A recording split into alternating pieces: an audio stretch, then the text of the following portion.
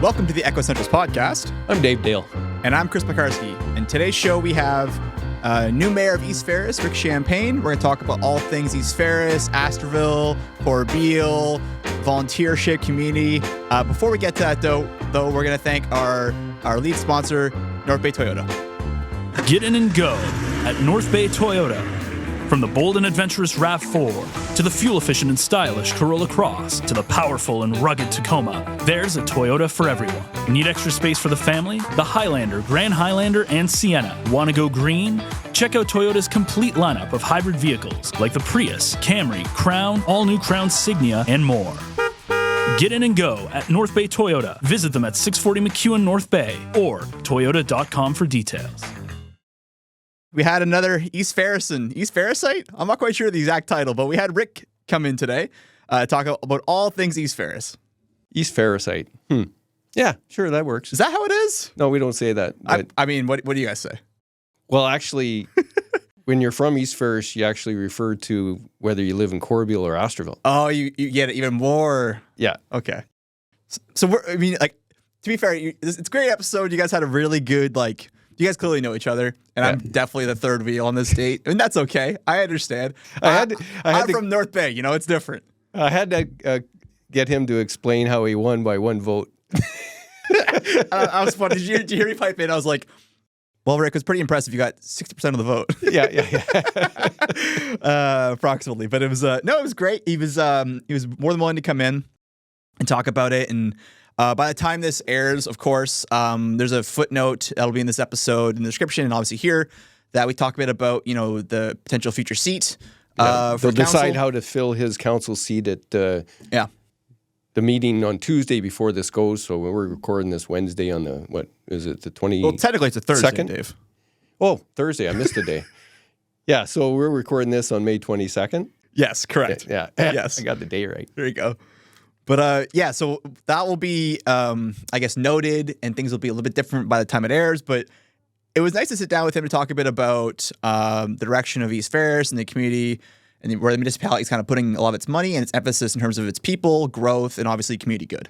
Mm-hmm. Yeah, right. No, very, very good to see Rick getting a chance to be mayor and put together all his experience being there as a volunteer for decades and on council for many years. So good choice. See how it goes. I know everybody in East Ferris will be watching very closely. Fair enough. See, make sure that he's doing a good job. So is there some sort of nuance where you're your team Astorville and he's team Corbeil? What's going on here? Well, no. I think the Champagnes are spread out pretty good in East Ferris. But anyways, we go way back. I used to have to cover their issues and elections, and when I was living out there, it was interesting. I'd bump into people that didn't like my coverage, like in the stores, and I'd bump into people that there's very very contentious issues.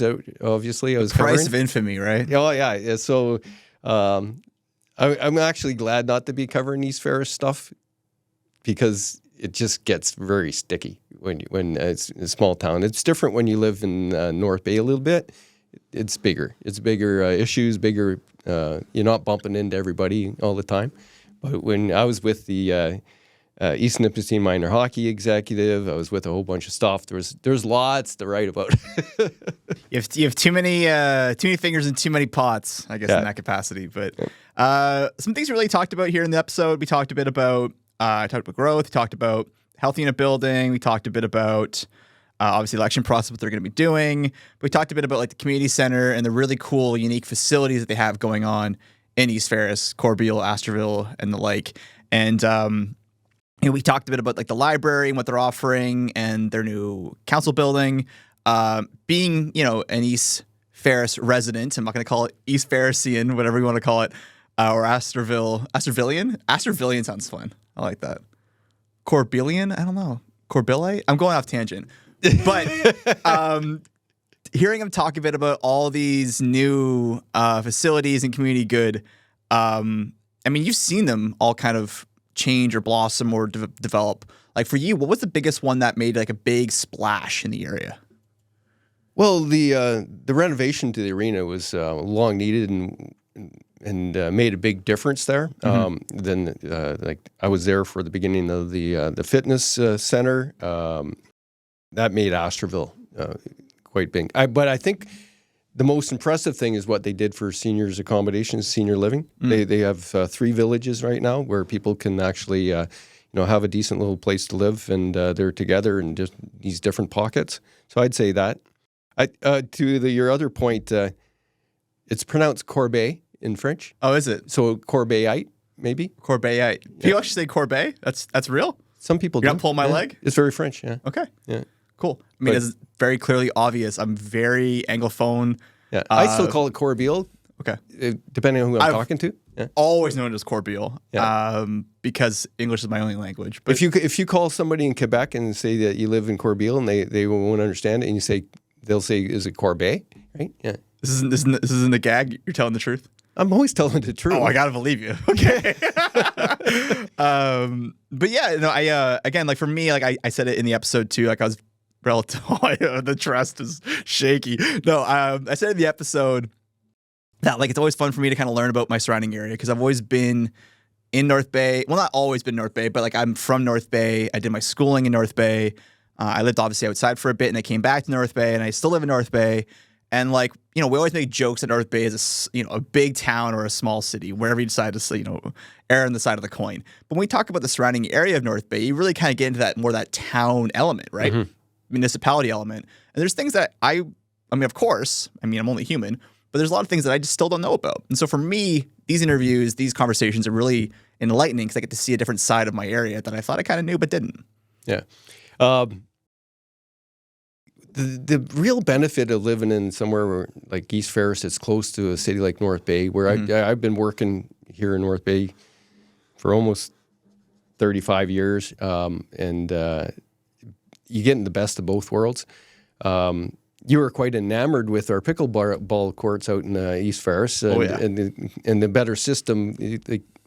Now they're charging you at Bork? What's going on there? So this is something I have in the fire for later. We're going to do some more research and make sure I get everything on paper before I start getting hot. But I did compliment East Ferris and Rick on their amazing outdoor recreational center, including their tennis courts and their pickleball courts. And again, I'm not a huge pickleball player myself. I've been playing within one side of my family for 20 years. So I kind of was like, I knew it before it was cool, right? That was that kind of thing. But now that it is blossoming and that there are courts in other areas, and with the changes to the courts in the city, which again, I'm looking more into exactly how that's structured. I just had to pay a compliment to those courts because they are really, really nice. Yeah, no, there's just some great stuff, especially for seniors out there and families. Lots of things for kids, lots of things for families. Yes, you need a car to get around. We don't have public service transit, which is a big difference, and it's not for everybody to live out in East Ferris. There's a bit of a drive for some, 15-minute, 17-minute, yeah. But it's not for everybody, especially if you have kids in sport. Sometimes it's tough. We've now have soccer program that's really successful in East Ferris. The arena is well used. But if you're living on the core Bay side, you got to drive all the way out to Astorville, which is almost further than going to Double Rings, right? Really? Yeah. So when I first got there and my kids started playing hockey, I was a little bit outraged that I was forced to join East Nipissing hockey because it was more onerous to get to that side than it would be because I was working in North Bay, right, at the Nugget. So there's pros and cons. Again, when we talked. I didn't mention it, but when we talked about taxes out there being much less service too, I mentioned I paid $2,400 a year, but that doesn't include my water and sewer, right? So I have to replace my septic system at some point. It's $30,000 hit. The well, if it goes dry, that's another $15,000, right, to get another well done. So water and sewer services, when people are looking at those type of things, and when I mention taxes, it doesn't mention that. Right? I mean, infrastructure has its trade-offs. Yeah. Right? And so it's important to keep that in mind. But it does seem like East Ferris is kind of growing, bumping a little bit now, and they're definitely looking at attracting and promoting growth, steady growth, consistent growth, keeping, families here, letting families grow up in East Ferris. And I like that Rick kind of acknowledged that because, we always talk about growth, but the last 8 years, they've seen, marginal but consistent growth, right? And so for them, things like all these recreational centers and facilities, acknowledging, the barriers that might exist in terms of developing, home ownership. Like those are things that people need to know when talking about, well, should I live in East Ferris? Can I live somewhere else? What are the pros and cons? Good points to have. Yeah, maybe a topic for a future podcast, but let's get into the Rick Champagne thing. Stick around for the end where we sort of have a mini debate about the health unit's new building and my perspective versus his. I was just there to watch.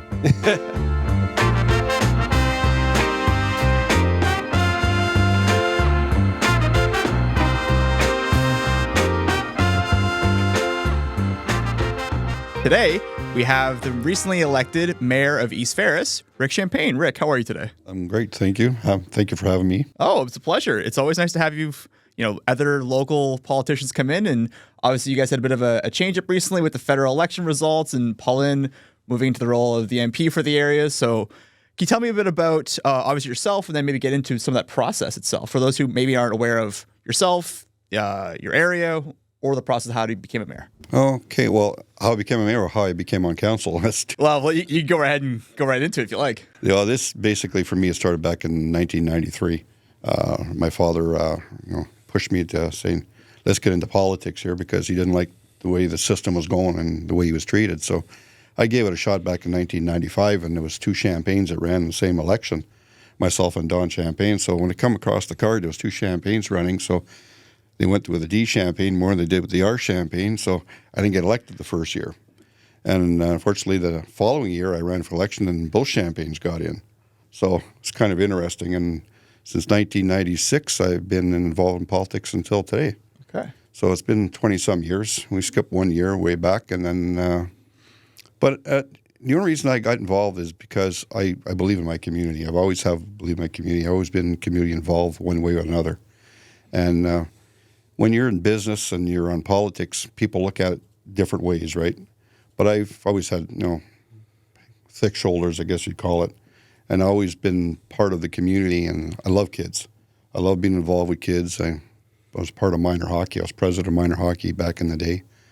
And, we used to have a pretty good baseball program, and we used to have, now we have the soccer program, which I'm not part of, but it's beautiful to see that, you have a couple hundred kids in our little municipality joining soccer, and it went away from baseball, so we ended up closing both baseball fields basically, and soccer is the way to go.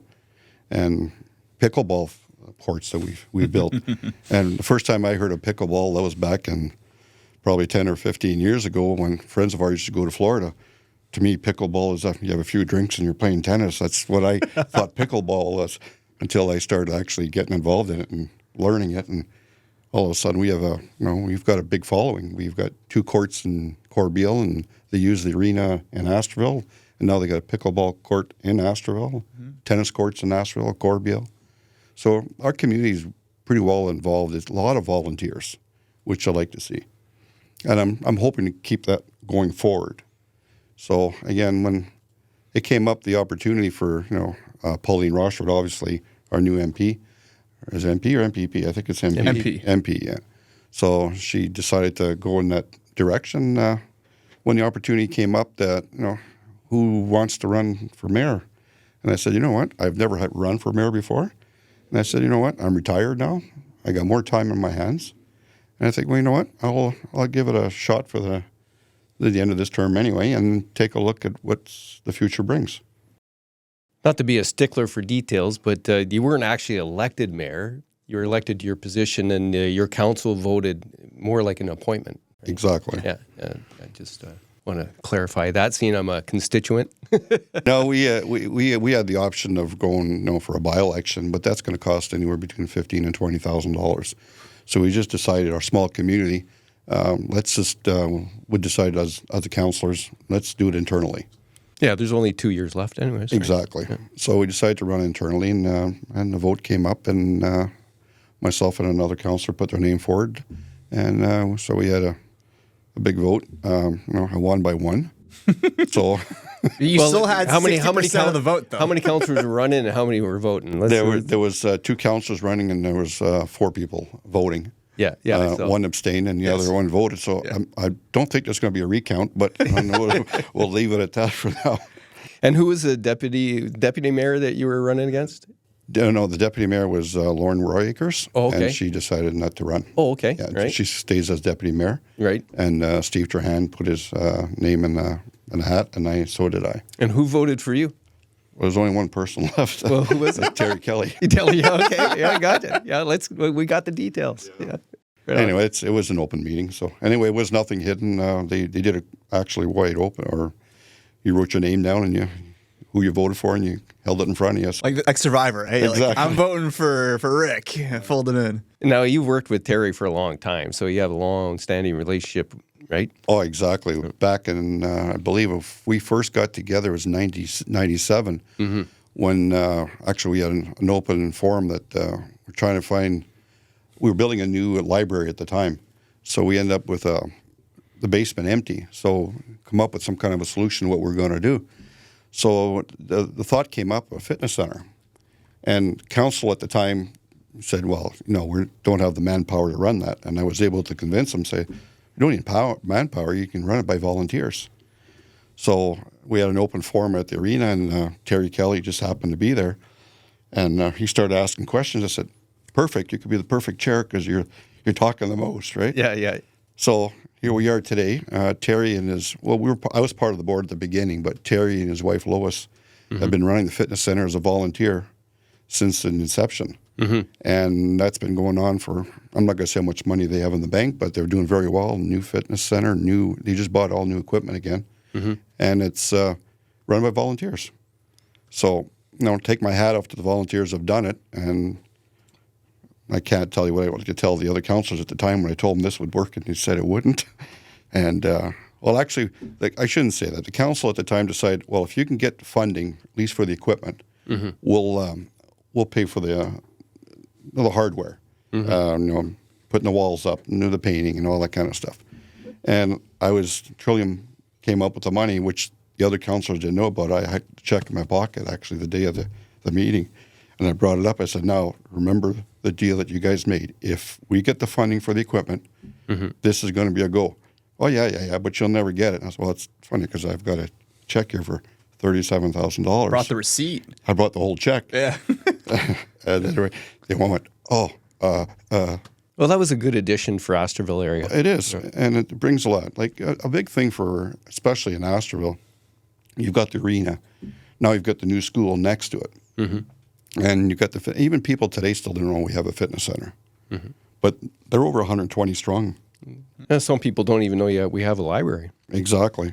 But the library we have is second to none. Yeah. We have a great librarian, and they do all kinds of stuff. They rent out, even in the wintertime, you want to rent snowshoes, you want to go snowshoeing, it's there. Love that. You want baseball bats, or you want tennis rackets, or you want to go camping, you got camping equipment. They're just, our librarian is awesome, and so is the staff. So I will just jump in here for a minute because I am recently, rediscovering, my area. I'm from North Bay. I've been very North Bay centric, and Dave and I usually rib each other for other stuff. But I'm learning a lot more about East Ferris, and it's really interesting to me because I did discover your wonderful community center. You weren't kidding. Those courts out there are fantastic. I was looking for a place to hike, and I stumbled upon the pickleball courts and tennis courts, and they are fantastic, and they're like perfect. Like, I want to talk a bit about how that kind of culminated, because I feel like that's like a recent project, right? Or like a semi-recent project? Yeah, it was about 3 years old. Yeah, 3 years old. We got some funding for it, and we paid for some. But it's funny because you talk about the tennis courts, how good they are. We had a lot of people coming from North Bay coming to play, right? I bet. And I made a comment, and I said, we don't charge for our people now. Yeah. But I said, if it gets to the point where there's too many people coming from other communities, we may have to, get a list and maybe start charging, right? Well, apparently it was come out in the newspaper saying North Bay or East Ferris don't want North Bay people out there. I said, that's not what I said. I just said East Ferris comes first. If it gets too busy, the local people can't use it, then we'll have to take a look at it, right? Are you finding there is an increased traffic with all these wonderful resources that you guys have now?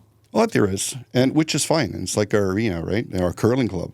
Our curling club is fantastic. You know, again, it all changed over the years. I'm gonna go back about 15 years ago, and where we had an issue in our municipality where our farmers were complaining, people with big properties were complaining that we don't have lots to keep our kids here. They want to move here, they want to move back, but there's no. So our official plan changed. So we were able to create opening for more lots. And if you don't got no growth, then you can't pay for anything. And we did that. And all of a sudden, our school started busting at the seams. And all of a sudden, our minor hockey started vibrant again. The local stores started getting busy again. And people don't like that. And they say, it's in my backyard. I don't like it. But you know what's funny? They say that. But once the house is built, the kids play together, families play together. It falls into place. Yeah. And if you don't have growth, you got a big issue. Like we got a 1% tax increase, and let's be honest, for East Ferris, that's $70,000. And what do you do with $70,000? So when people think about it, on our tax increases, they have to know that it's not all there. So we have to sit there and we have to, look after go to the province and go to the feds and listen, we need help. Yeah. And again, that changed too. Like go back a few years ago, we were in the black. And we were penalized because we were in the black. We're one of the few municipalities around that really ran a tight ship and only spent what we got. And then we'd apply for funding and they'd say, well, you got the opportunity to levy more. We're not going to give you any money because you can afford it. So then we had to change our way of thinking, our way of communicating with the province. And we've done very well. Like the last probably I'd say 9 to 12 years, our members of council really worked hard for this, and it's because of where we are today. So when Mr. Keller, as a candidate for the Conservatives in the debate, brought up recent tax increases to try to get a little bit of a niche on Pauline, what did you think about how he was portraying East Ferris taxes? Well, I'm thinking that's why maybe he didn't get elected, because he didn't get the facts. The facts should have been is a 3.25% increase in taxes just for the ABCs, for the public health that we have no control over. Yep. You've got Castle Home, you've got the health unit, you've got Conservation Authority. We have no control over that. And that's basically half of what our tax increase was. The other half is about 3%, and that's pretty fair for anywhere who you look at in other municipalities. In fact, our budgets are done now. A lot of the municipalities haven't got their budgets done. So people know what they are. We're the third lowest tax base, basically, in District of Nipissing. So, and we still do stuff for our municipality. We know that we still got roads to fix. We know we still have things to do, but people realize that $210,000 is not enough. Yeah. Well, when you see the community improving in different areas and it's becoming more friendly for families, there's a little bit of a difference when you're looking at your tax increases because you can see where they're going, right? I've lived out there since 2002, so 23 years right now. And I know what the taxes were when I got there and what they are now. Now, they haven't doubled, and they certainly haven't even gone up 50%. I think I started at, I was paying somewhere around for what was, it's hard to sort of compare because it changes in assessment, but I think the house was originally assessed at 85 when I bought it for 120, and then I bought it again for 170 when I got divorced. And then it's worth now, I think, by impact assessment, just under 200. And I pay $2,400 in municipal tax right now. But of course, I'm on the highway, so my plowing's done. Right, I plowed right to the driveway, and I have garbage pickup. I pay a little bit extra for that, but not much. But what I do have is a fire department with a station not far away, 4 kilometers away, which they can save my basement, but prevent it from going further. OPP, yeah, and those are high, but. You really feel like you're part of a community. I don't have to be at all the meetings and be at the tournaments, but I was involved with minor hockey, and it was really it was a little bit different to be living in. What's our population now? A little bit more than 5,000 now. And you get to know people. It's interesting. I actually moved out there because I was started covering City Council in North Bay, and I saw that they were going to full cost recovery for water sewer ahead of the game, and I saw where the tax is going, and I was like, I can't afford that on my budget. So I wanted more elbow room too, and that's what you get out in East Ferris. Even if you have some houses nearby, you got lots of elbow room. Yeah, and again, we got a lot of the other part of the community. You get towards on the lakeside. We have a lot of new people moving in. We got 3 new subdivisions. We got other people moving in, and a lot of them come from down south, which is fine. But no, they would come back with the attitude of we need sidewalks and we need. Bill Vrabrush is probably the best explainer of it all. He basically said, "I'll paint a gold line down the middle of the highway if you want, but you're going to pay for it." Yeah, and it's what we can afford. And again, I went through 3 mayors so far, and Claude Gilnett, Bill Vrabrush, and Pauline Rochford. So I guess I've been there a long time when you think about it. But all the mayors all had the same incline or in their mind. You need growth. If you don't have growth, you can't survive. And again, it's back to I don't want it in my backyard type thing, but it's nice to see. And our community is growing. If you remember, Don Champagne was on council, and he had a small plastic plant in Corbeil. And what he's built now is state of the art. And he's pumping for all the mining equipment and everything else. And the man's 80 some years old, and he's still. How many people work there now? I believe he's got seven or 8. Yeah, he's built that up. He has, yeah. And again, there's also that. There's there's Degagne Carpentry and that whole. The Bernard Rochford's that's growing. Then there's East Ferris Bus Lines is been steady. There's a lot of big companies that live in Corbett and hire a lot of local people, right? Yeah. So and you need that. If you have all these companies and they know where to live, well, they got to live in other areas, right? It doesn't bring the economy back. And we have our trade show again this weekend coming up, and that's been going on for 5 or 6 years now, and it's actually been longer than that, probably 7 or 8 years, and that's full. You got 80 some exhibitors, and people are really getting involved. And I'm glad to see it's going to have a little rain on the weekend, so that means a lot of people will be out doing the exhibit. And again, we're pro. I'm going to word I'm looking for. We're pro building ahead, and you're thinking ahead. Like a lot of people will say, "I'm going to run in the next election because I don't like this, I don't like that," but you should take a look at what you got and just what you just said. Look at what the municipalities gotten to, where they started, and when they're heading. You don't want to break that. You still need experience as you go. If you can't start brand new because it doesn't work. It can't work, and it's been proven in other places, right? Summer is almost here, which means all the sports in summer is coming back. That includes baseball, softball, tennis, pickleball, you name it. If you want new gear, you want to get ready for the new season, there's one place to shop, and that's Source for Sports. Take me, for example. I'm playing softball this year. I need to get new gear to get ready for our season, which is just around the corner. I'll go to Paul and our team at Source for Sports and get everything I need, whether it's a new bat, new glove, new softball pants, or more importantly, a pitcher's cage, because when you get hit in the face with the softball, you want to make sure you have something to protect you. They got everything you possibly need and more down at Source for Sports. If you're looking at getting some new gear for all different sports happening this summer, go take a look. Go talk to Source for Sports. Wherever your journey takes you, please make sure to go check out Source for Sports at 1321 Fisher Street so Paul and his team can equip you with everything you need this summer.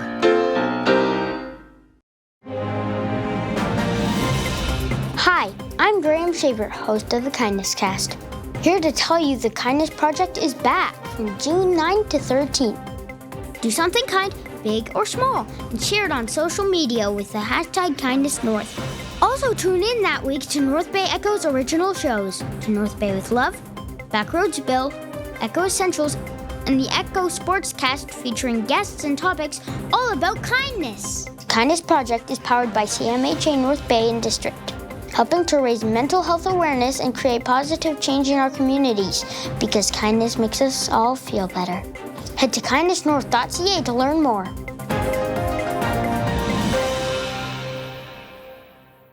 Hey North Bay, it's time to celebrate. The city is turning 100, and Homewood Suites by Hilton North Bay invites you to the party. Be at home in our spacious suites, each featuring a kitchen. Yeah, a real kitchen. Also, enjoy our comfy living spaces and brand new fitness gear so you can keep feeling great while staying on budget. Planning a big bash or business event? We've got the perfect meeting spaces right here on site. Plus, with our partnerships at The Grand and Stock Transportation, your guests and delegates are in great hands. Want to know the best part? We're right beside the beautiful Cape Paceway, steps to North Bay's lively waterfront, and moments from downtown's shopping, dining, and entertainment. Celebrate the Centennial with us all year long with an exclusive discount. Just use the code Centennial when booking your stay. Be at home with Homewood Suites by Hilton North Bay. Join the party today at 495 Oak Street West or call us at 705-495-3000. You talk a bit about growth. I think that's a key word you're trying to use here is that, it takes time. You can't rush it, right? In the last, I think, 9 or so years, you've seen about a population increase of the area of about 400 people. Yep. And recently you're sitting around 5,000, right? And just for those who might be listening, obviously East Ferris includes Corbeil, Astorville, and out to Durlin Road and Lake Nosmonson, correct? So we talk about growth, we talk about attracting, people to invest in the area and to live in the area and to kind of engage with the community, see what you have. What are some things that you think City Council are doing right now or going to be doing the next little while or even future to long term that's going to promote that sentiment of growth? Well, one of the biggest things for growth right now is daycare. And we've been on that for a few years now. And daycare is a big thing. And we've been after, working with DSAB and trying to we could do it on our own, but then you can't get the people. You got to get the people to be able to work there. So it's a big circle that we're trying to attract and how we're going to, and again, we're still sitting at the table right now hoping somebody will build it. I go back to our pharmacy or our medical facility that we have there. We didn't know how many doctors we were going to have. And we all sat at council and said, you know what? If we build it, they'll come. And look at it now. We've got 3 doctors and a 4th one coming. We've got a pharmacy there. There you go. And now, to me, but daycare to me, the same thing will happen. You just got to get the people involved and get it started. And that's one of my main priorities right now is to making sure that happens. Yeah, I go to the doctor's offices, and it's great. Dr. Sagan's my doctor, and to see that available right there, right, is nice to see and is growth-wise. Can you tell me, Pauline had a long run as mayor? Give her a little credit for what she was able to do in that period before she left. For sure. Well, she was involved quite a bit in our community. Yeah. Here's one of the things she's brought forward, and she's been working hard at it. We've got what we call a 50s club, 50-plus club. There are over 700 members. Yeah. And she's been part of that. Yeah. And, the senior housing in East Ferris, she wasn't there when it first started, but then she kind of took it on and said, let's make it work and look at other options. And she was basically there for spearheading for the 3rd one we built on Edmund Road. And as far as the community itself, like I say, there's, the pickleball courts, that was all part of her. And, saving the school, that was all a big part of it too, right? If we didn't make up the land or allow the land to happen where we did beside the arena, that school was moving somewhere else. So we had to save the school. And the same one in Corbeil, the numbers were down. And she's very good. She started the, I call it the Agricultural Club, but it's a different name. They beautify the municipality. And part of that club. And if you go to their cenotaph, which is second to none around, the people that work there, and the men and the women, put up the flowers and they put up the trees. I have to get another stone for my uncle that recently passed. He was a veteran. You still do that? Oh, yeah. That's Frank Corbeil that falls under his... okay, I'll give him a shout. And that's another story with the Knights of Columbus, right? Like, we've got a lot of groups around that get involved in the ski trails in Astorville. Yeah. That's another one, all-season trails. The membership is blowing out, and again, run by volunteers. I don't like the new township office. It's a little bit it's nicer. It's too nice. Too nice. Is it? Yeah, this is too nice. You didn't like? I don't like going to pay my taxes when this is nicer in my house. Well, that's been in the works now for 13, I know you guys were working out of that old township office, and that when I went in to pay taxes there, I was like, oh, you guys need it. But now I'm like, I don't know if you need it anymore. Well, yeah, I know. But if you remember that old office, we used to have the OPP used to have their office downstairs. Yes. And I remember one of the police officers called in the mayor and says, I don't think I can go in the office today. He says, why? So I hit the second step in the basement and it's full of water. Oh, yeah. So, yeah, we end up shutting that down pretty quick. And then, yeah, it's been needed for a long time. Oh, so. I know. Advancement. Yeah, exactly. And we're involved. Like, I'm involved in a lot of community or committees. I've been president of Ontario Good Roads Association, which represents 444 municipalities. I ended up being president of that, and I'm still past president. And even Terry Kelly, he sits on Phenom. Back of the mayors, Bill Vrabrosh sat on Roma. Claude Gilmet sat on Roma. So we're involved out there, and we get to know the ministers. I know people say, well, you go to conferences. Yeah, but you go there for a reason. You go through what communities do and how they gotten where they are. And we find a lot of times, because we always... Are you sure it's not just a party time junket? No. That's what we all say. Yeah, well, that's what you say. But you know what? We dress the part. And people see from East Ferris, they go, God, that's a good idea. Like, you guys we wear shirts, we wear our jackets. And then you ask, how do you get to where you are? Then you explain to them where you are, and they go, that's not a bad idea. I don't know why we never thought of it. Same thing what they tell us. No, that's how the library started. We did a roadshow, myself and Brie Millette, and Ray Champagne at the time was the building inspector. We ended up going to New Lisker, we ended up going to Sudbury, we went to Sturgeon Falls, and went down south to see how their libraries work and what they have. And the idea came from Sturgeon Falls because they have the library fitness center, and they also got the White Elephant, I call it, which is a pool. It doesn't make any money, but you need to have it. And we don't need a pool in East Ferris. We've got a Great Lake. So anyway, that's how that came. Great Lakes. A couple of Great Lakes, yeah. Well, there's great. I don't know. I love East Not quite Ferris. literally Great Lakes. But. Yeah. They're perfect for families. There's a beach down at Lake Nosbonsine that a lot of people use. Public dock there. McPherson. I go down at the end of McPherson, dive in all the time to cool off. It's a beautiful little parkette that's kind of hidden. Nobody knows about it. Yeah, well, exactly. There's a few parks like that around East Ferris. The one, also obviously at the Corbeil Park Hall, there's a nice one there. Then you go to Asheville beside the school, another great opportunity. And over the years, a lot of people have their different subdivisions. We've always kept lots there just in case. And well, we want one. Yeah, but they don't realize what it costs. You're spending $70,000, $80,000 on equipment. And every 4 or 5 years, somebody comes up with a little stamp, said, no, this is obsolete now, and then you got to replace it. And it's funny, you take those things off and you bring them to the landfill site. That's where they're supposed to go, and then people take them home, and they've been using them ever since. So it's remember the old springs that the kids play on, the merry-go-round. Like, if we didn't fall, we didn't learn. Yeah. And today you have one of them. No, you can't have that. Okay, well, before we got started the interview, we were talking about how you're a grandpa. And you got your oldest is like 27, you said? 26 years old, my oldest grandchild. Okay, yeah. And then the youngest is 6 weeks old. Yeah, well, there you go. So you're a family-oriented guy, so you're thinking about kids and your kids and families growing, which is good. Well, you have to, because if you don't have that mental thought, or you don't get it, and you got to think years ahead. You can't think of next year or what I'm going to do next year. Or I'd like to. I don't know. I want a sidewalk on. I'm going to say Gilmet Road. Well, it doesn't be nice to have, but it's not wide enough. It's not big enough. And right now, we did McPherson Drive last year. We got for active transportation. We ended up doing a cycling lane all the way down the end of McPherson Drive down Centennial. Now the next step is from Centennial on. Yeah. And people are saying, well, why didn't you do it all at the same time? Well, it's all money. It's what it costs, right? It's what we can afford. Yeah, so in stages. Exactly. If more funding comes available for active transportation, then we'll apply for it. I'm down McPherson and Centennial all the time. I go to Jerry's Auto, and I got subscribers there. So I've seen the improvements. I'm not sure. I think whoever did the last surfacing for McPherson, though, it seems like it's separating a little bit, and you know all about that. It's like it happens. But it's great to see people walking, and it's a lot safer for them.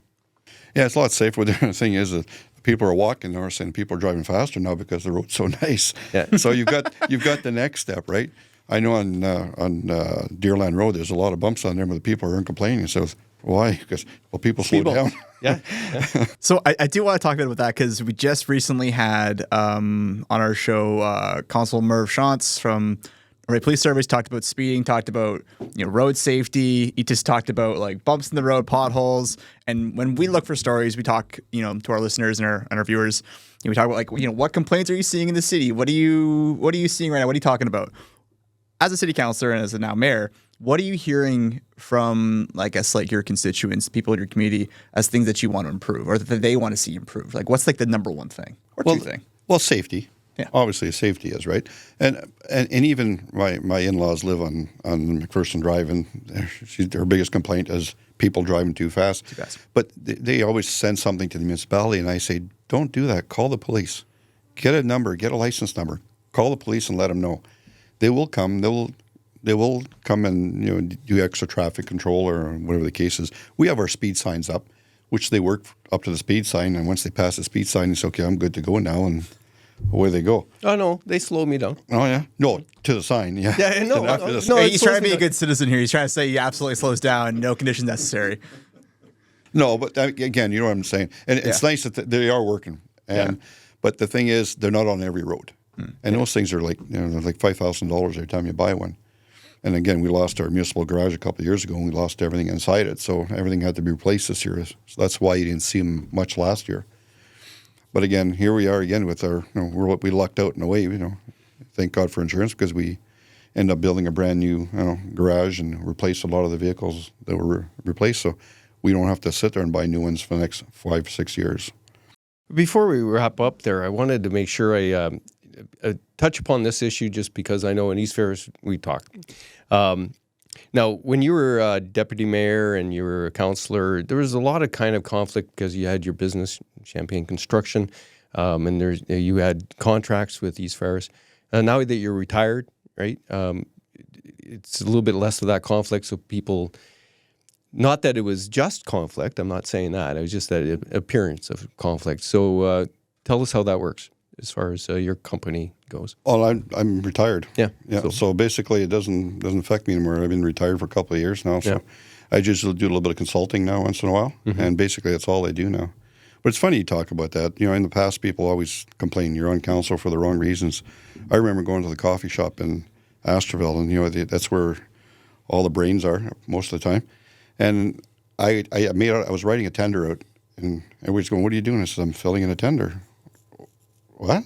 I said, "Yeah." And I put the number down at the bottom. I said, "Here's what my price is, and I'm bringing it in." And they all said, "Why would you do that?" I said, "Well, everybody says you're on council for that reason." I said, "Yeah, but I'm telling you what I'm bidding. If I get it, I get it. If I don't, I don't." And I got a different reaction that day, and then the following day, I ended up getting the contract because nobody else bid on it. So how do I get penalized for something that I believe in my municipality? And, well, that's too cheap. Well, okay, well then bid it. I know. I'm just bringing it up because I have to be that journalist, right? So. No, I understand. And again, but it's funny, when I first got into politics, they said you need somebody that's business-minded. Yeah. So, but not business-minded and not doing business with the township. That's what people don't understand. You got to do business. Where else are you going to do it? Exactly, right. And it doesn't matter who you are in the municipality of East Ferris, is somebody's business to do with something, right? Oh, yeah. And no different than when people are doing lot creations like that. If it's our relatives, then I got to declare. Even other councillors on their roads, they're saying, "Well, I'm going to declare because it's on my road and I don't want to make a comment on it." So in a small community like that, you'll never get somebody that's not in a conflict somewhere. Oh, yeah, for sure. So I do have a future focus question before we do wrap up, and thank you for that, Dave. I didn't see anything in terms of my little homework and research, but with you, being, I guess, appointed or assuming, getting the position of mayor, the council are now down to 5 or down to 4. Is there going to be a by-election? Is someone going to fill that seat, or are you guys going to wait? Like, how's that work now? Well, we're going to decide that on Tuesday. Okay. So what's going to happen, the seat has to be declared before we do anything. Right. So it was the same thing when Pauline put in her letter of resignation. So she put in her letter, and then we had a meeting before the next meeting and said, okay, how are we going to deal with it? Then we have to bring it to the next council meeting. So the same thing's got to happen here. And once I'm inaugurated as the mayor, then we're going to declare the seat vacant. And then we'll decide at that time what we're going to do. Okay. Yeah, and your options are you can appoint somebody, you can call in the people that are interested, and you could have a by-election. Yeah, not likely that's going to happen, a by-election. No. Might even go as far as... If there was going to be a by-election, you would have had one for mayor. Exactly. So basically we're probably going to ask for letters of intent and people who are interested in it and take a look at it from there. I can't speak for the other councillors, but I'm pretty sure that's the way it's going to head. Interesting. Yeah. Okay. Yeah, I'll have to sharpen up my resume. you never know. And everybody sits. That was such a polite way of saying, all right, sure, fine. We'll see you later. Yeah. But anyway, it's no different. And again, I sit on the health unit too. I'm the chair of the health unit now, and I've been involved in the health unit for 15 years. Yeah. And it's pretty interesting. That's one of our biggest costs. You helped get this new building, right? Yeah. Yeah. Well, I was part of that when we got it, right? I was part of that. I was chair actually when the Perry Sound ended up being amalgamated with, which was a forced amalgamation. But that was a hard sell. I felt bad for the people in Perry Sound. They had a brand new building and they ended up giving it up to Gravenhurst. So when we decided to build a new building, because we've been renting, when I first started on the health unit, we were renting at the Ted Thompson building on Worthington Street. Then we had the old school behind the Case Populaire. Then we said, we're X amount of dollars we're giving away every year. We got to build something. So then I had to go around and get 31 municipalities to agree on building a new building. So we did get it going. It went under budget, and the province came to the house or came to help us out. And basically, right now, we don't have a mortgage. You brought that up. Yeah. You had to go there. Well, the way I remember it is the guys were socking away money and over taxing the municipalities, and that you put it out for tender to rent it, and then decided to build it without it going to tender again, and then it's this big white elephant. But I'm glad you have a new building. See, it's funny when we could take Dave out of the newsroom, but you can't take the newsroom out of Dave. He's always going to be that journalist. But right? you should have that positive attitude at the end of the day. It's like you got a building that's basically paid for, owned by all the municipalities and the province, and you're not renting anymore. You're actually got it. People can actually go in there and actually walk in the place and say, wow, this is ours. Well, some say it's on prime real estate that could have been used for something else. But anyways, you brought it up. Could you have bought the property? Dissenting opinions in the community. But Rick, thank you again so much for joining us. Really do appreciate coming in and talking with us. And obviously, we're looking forward to see what happens in the next city or the next municipal council meeting. I mean, if you have anything you want to say to the listeners, let you have the floor. Again, well, thank you for the opportunity to speak. And again, I'm here for my municipality. And I'm here to work with my municipal councillors. I'm not here for Rick Champagne. I'm here to work for my community, and I've always been that way. So, people have, there's 5% of the population that don't agree with it, and that's on them. But I'm still representing them. So, at the end of the day, I'm going to do the best I can and work with the councillors that I have and follow the lead. And we have great staff at our municipality. We have a great CEO. We've got great staff. We got a deputy clerk. We've got an excellent fire department, fire chief, arena. It just goes on. It's just like we have such a great little community, and people. And it's funny because Pauline kind of said that in her speech, I believe, and then she said, and when we talk about the tax, but everybody wants to move to East Ferris. They want to move to East Ferris for a reason, because everything is there. We may not have water, we may not have sewer, but we're there as community minded, and the volunteer base is great. Congratulations, Rick. I know you've worked hard for the community, and I'm not worried at all about anything with you because I know you have the experience, but also I know that there's 100 eyes on you, 100 people that know you better, and the families, and everybody kind of monitors, and you hardly have to pay attention because everything is, you can't do anything in East Ferris without someone knowing about it. So it's pretty safe that way. Yeah. This one right here. It's this one right here. He's watching. And if you fix the sound on the meetings, I might actually listen to a few of them on the Zoom. Might be a reason we got the sound down. I'll start showing up if you're going to be like that. Anyways, congrats there. Well, we'll be glad to have. Again, unless we got something really unique in our municipality as far as council meetings, hardly everybody ever goes. Yeah. And that's what it said. People want to run, but come to the council meeting and see what it's all about. Yeah. Right? Oh, you guys will work hard.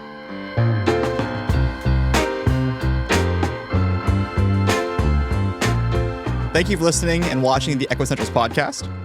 I'm Dave Dale. And I'm Chris Makarski. If you're watching, you're listening, you have any comments or questions for us, feel free to share. Thanks a lot.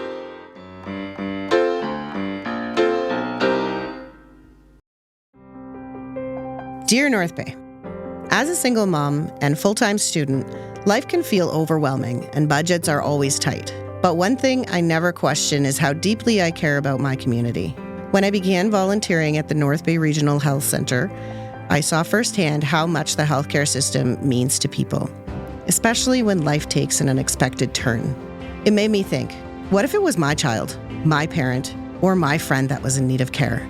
That's when I realized I wanted to do more, to be part of something bigger than myself.